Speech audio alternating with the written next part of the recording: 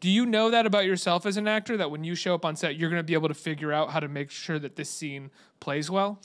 No. I mean, I think the hardest part is choosing roles that give you the opportunity to do something fun. You know, at the end of the day, we as actors have the best job on the planet. You know, we get to go to work every day and do something that's not monotonous. We get to do something different every single day. And we get celebrated for it, which is crazy, you know. But I love what I do, and I love the opportunity to be able, since I was 7 years old, to say, I love this, and then make a living doing it.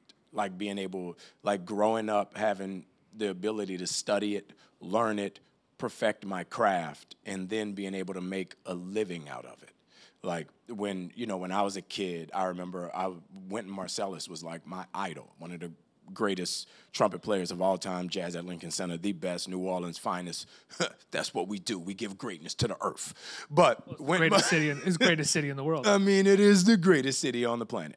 But Wynton Marsalis was a New Orleans musician, came to New York, learned jazz, went to Juilliard, learned the craft of music, the history of music. And then once he came out and introduced the world to New Orleans music, nobody could tell him nothing because he had done everything before that.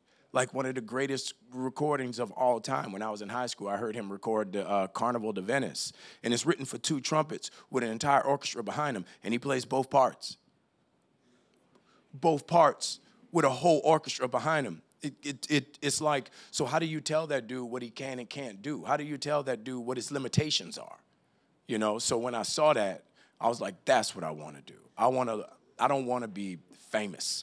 I don't want to be the dude that's invited to parties. I want to learn the craft so I can talk about it. I can do Ibsen. I can do Chekhov. I can do Shakespeare. I can do Tupac. I can do Martin Luther King. I can do all that. And you can't tell me what I can and can't do. You know what I mean? Yeah. So when I got the opportunity to go to Juilliard, it wasn't like, oh, I'm at Juilliard, I'm better than you. It was like, no, I'm at Juilliard. This is completely different than what I'm used to. So how can I make this difference my reality? How can I make this difference the norm? So you can't say, oh, he can only play gangsters, or, oh, he can only play like stuffy, like square black dudes, or oh, you can't take that role that's written for a white dude and put him in it because he can't do it, because all he can do is talk like this, you know what I'm saying? No, I got that. And you give me a dialect, I actually studied phonetics so I can do that. You know what I mean? Like, you want to do some British, let's do some British. I can phonetically write that out and do that. You know, like the project I'm doing right now, I'm speaking Japanese in it. You know what I mean? So when I show up on set, I really like the opportunity of doing something different and finding ways and things that excite me. Because if I'm not excited about it, it's like, it's only so many times you can walk on set and be like, it's cold outside. Thank you. Thanks. You know what I mean? It's just, it gets boring after a while. But I love what I do.